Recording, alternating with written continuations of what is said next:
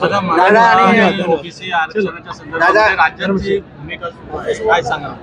नाही, त्यामध्ये कुणावरही अन्याय केला जाणार नाही अशा पद्धतीनं आमच्या महायुतीचे मुख्यमंत्री या नात्याने देवेंद्र फडणवीस साहेबांनी सांगितलेलं आहे आणि त्याच रस्त्याने सरकारने जायचं ठरवलेलं आहे.